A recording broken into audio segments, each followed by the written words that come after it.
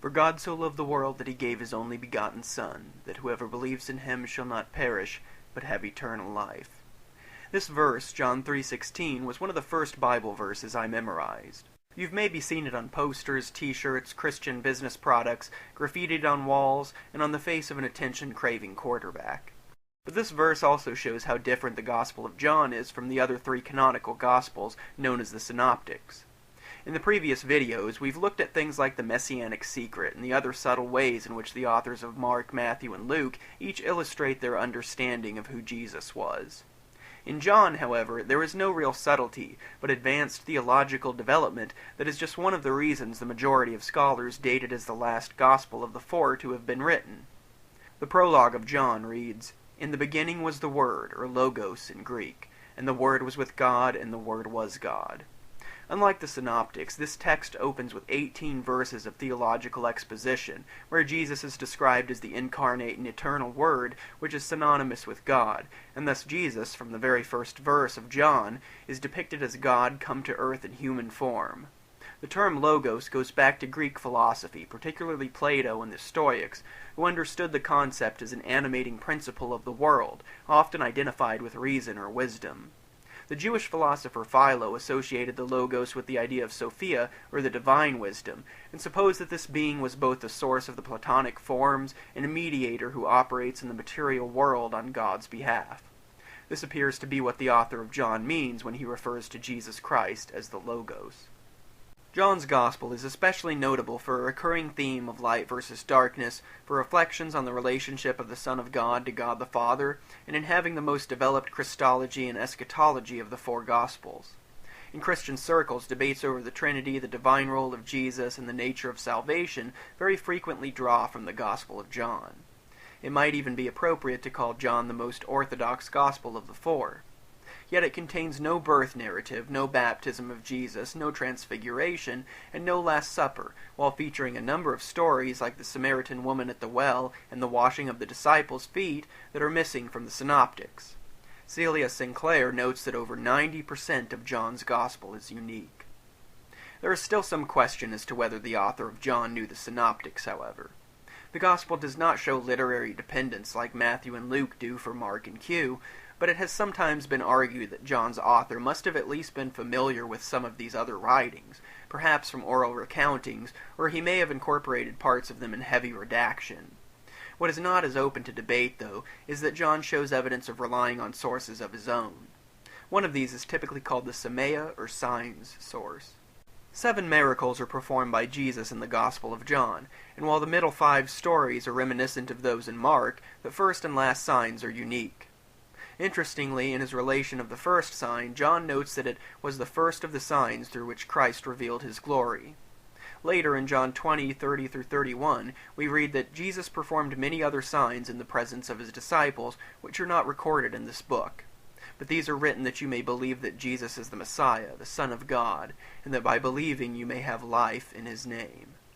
Although the Gospel continues after these verses, this may well have been the ending of an earlier document originally consisting of miracle stories of Jesus, which were later integrated into both Mark and John. Helmut Kester, in his book Ancient Christian Gospels, suggests another source.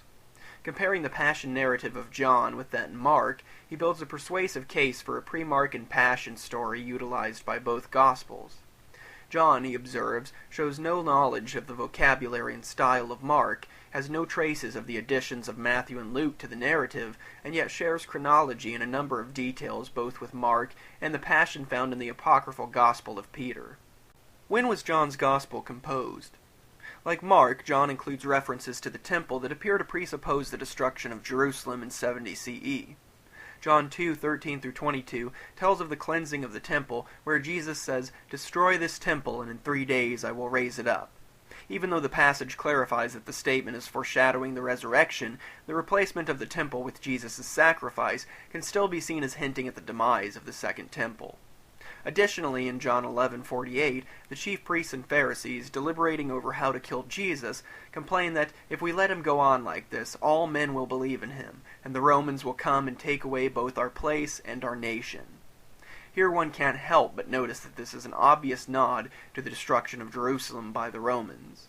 This would put the dating of John sometime after 70 CE, but can we be more specific? The Gospel of John oddly expresses the concern, numerous times, that the disciples of Jesus will be put out of or expelled from the local synagogues. This would not have happened in Jesus' time, as Mark mentions at least 2 occasions when he entered a synagogue and actually preached to those in attendance. According to Burton Mack, Elaine Pagels, Bart Ehrman, and many other scholars, the Jews probably began expelling Christians from synagogues around 90 CE. In the interest of full disclosure, though, I have been unable to find any reliable evidence of this connection. The Birkat HaMinim, Jewish prayer, is sometimes brought up, but it only exists in medieval manuscripts, and I have found no compelling arguments for assuming it dates any earlier than the 4th century. Nonetheless, I believe it's reasonable to infer that John was written sometime in the late 1st century to the early 2nd century. The Jewish-Roman War caused the dispersion and demise of many of the various sects of Judaism, yet the Pharisees survived and would go on to become what we now know as Rabbinic Judaism. It's not inconceivable that once the dust settled, this sect would react harshly toward Christians, whose messianism might have been seen to be part of what had caused the war that ended in the leveling of much of Jerusalem. There was also the late appearance of John's Gospel in the writings of Christian authors like Irenaeus and Tatian, as well as the fact that the earliest manuscript discovered is a fragment that has been dated as early as 125 CE, but could also be later. Along with the clear theological development in the text, these arguments constitute a fairly decent case for dating John somewhere between 90 to 120 CE, the range commonly accepted by scholars. A recurring device in the Gospel of John is the beloved disciple, or the disciple whom Jesus loved, a figure that is never explicitly named. Traditionally, this has been taken as the author of the text referring to himself in third person. However, this device is far from unique to John's Gospel. In the apocryphal Gospel of Philip and the Gospel of Mary, Mary Magdalene is identified as the disciple Jesus loved, and there are also other Gospels that allude to certain disciples being favored by Jesus, such as Peter in the Gospel of Peter, or Thomas in the Gospel of Thomas. Interestingly, the Gospel of John seems to contrast these disciples in a competitive manner at times, with the beloved disciple beating Peter to the tomb, and Thomas initially doubting the risen Christ, for example. I've already hinted at what many scholars believe about the authorship of the Gospel of John. Raymond Brown, Bart Ehrman, Elaine Pagels, Burton Mack, and innumerable others see the text as the product of a group commonly referred to as the Johannine community. This community also likely produced 1st, 2nd, and 3rd John, and possibly Revelation too. The abundance of writings named after Peter, James, John, and Thomas, as well as some agreements in content, seems to show that there were communities of early Christians centered around these figures. Thus John may be hinting at superiority over these other groups when disciples like Peter and Thomas are shown up by the beloved disciple in the text. In an article I will link to in the video description, Professor David L. Barr lays out more of the clues in John that have led scholars to associate it with its own unique community. Of course, there are many scholars who disagree with this view. Ben Witherington believes the Gospel was actually written by Lazarus, primarily based on John 11:3, where some of the women send word to Jesus about Lazarus, saying, "The one you love is sick." Despite the sense Witherington thinks this can make of the 4th Gospel, there is so incredibly little evidentiary support for it that it's not really worth addressing here. Tradition has seen the author as John the Apostle, while Richard Bauckham, on the other hand, argues over 4 long-winded chapters that John the Elder wrote the Gospel, based on what he sees to be a literary device in the text called inclusio. An inclusio is kind of like a bracket in the text which starts and ends in some similar way. Bauckham proposes that the Gospels use inclusio as a means of indicating eyewitness testimony, i.e. the mention of women early in Luke, and then later again is evidence that they were eyewitnesses to that portion of the Gospel. He draws comparisons to Lucian's Alexander and Porphyry's Life of Plotinus, both written quite a while after the Gospels, and he only offers speculation that a figure in each text is an eyewitness source. It may be informed speculation, but it is speculation nonetheless. In fact, Bauckham readily admits that he doesn't even know if the inclusio of eyewitness testimony, as he calls it, was invented by the Gospel authors or not. Psalm 118 begins and ends with the same phrase, forming an inclusio, and there are many other examples in the Tanakh, in rabbinic literature, and other literature of antiquity.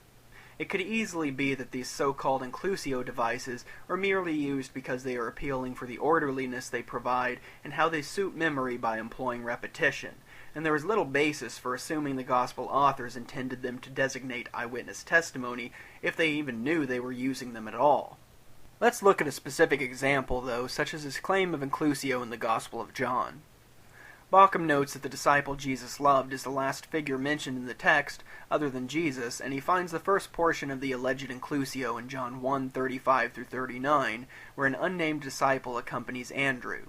This unnamed disciple, he argues, is John, who is said to follow and remain, just as this companion of Andrew does. However, David Catchpole, in an article published in the Journal for the Study of the Historical Jesus, criticizes this argument by pointing out that not only are the verbs follow and remain commonplace in John, but the unidentified partner to Andrew seems to simply be part of a theme of pairs that continues in John 1:40-42 and verses 43-51. Clever as some of Bauckham's case may be, it ultimately suffers from two daunting problems. First, a claim of reliance upon eyewitness testimony still has to be evaluated based on what we know of the author, the purpose and style of the document, and the other claims made in it. As I detailed in my video, Why Scholarship Matters, there are plenty of examples of ancient historians generally regarded as reliable who would sometimes venture into the territory of myth and rumor. Even if the Gospels really were written with inclusio and other signs of eyewitness testimony, the question still remains of whether or not this was merely a tactic used by the authors to lend credence to their writings. Secondly, although Bauckham defends eyewitness memory in a chapter of the book, his treatment of psychological research and anecdotes leaves much to be desired. In Jesus and the Eyewitnesses, Bauckham draws heavily on Samuel Burskog's Story is History, History is Story, which examines the early Christian texts in light of anthropology. Burskog has criticized Bauckham's use of his work for how it minimizes the role of interpretation both in eyewitnesses and the ancient historians who utilize them. Judith Redman, in an article in the Journal for Biblical Literature, linked to in the video description, has also critiqued Bauckham's assertions with her own study of psychological research, and her conclusion is worth quoting. Psychological research into eyewitness testimony makes it clear that Bauckham's work in Jesus and the Eyewitnesses does not provide strong evidence for the historical accuracy of the content of the Gospels. Although it is clear that transmission of stories in oral cultures is remarkably accurate once a community decides that something should be preserved and skilled oral tradians are entrusted with the task of preserving it, many of the inaccuracies in eyewitness memory come into being within hours, days, or weeks of the event being witnessed. Furthermore, these eyewitness accounts come from within a faith community formed around the subject of the stories, which adds a particular source of bias not present in other histories of the time. It is not possible, therefore, to say, as Bauckham does, that testimony offers us a theological model for understanding the Gospels as the entirely appropriate means of access to the historical reality of Jesus. In the next and final video of this series, we will take a look at two other Gospels that may arguably date within the 1st century.